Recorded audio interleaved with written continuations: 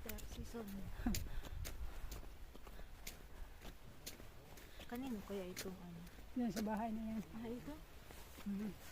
Sa kanila rin kung lote. Oo. Laki ng lupain ng mga tao dito. Pero walang ano.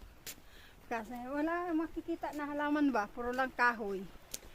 Pero, yan ang isa sa mga ano nila. Mahulog yan ate. Source of Mahulog income. ano? Hindi yan. Yung kahoy. Bakit? Isa sa mga source of Hindi naman soundproof yung bahay bintana na. doon.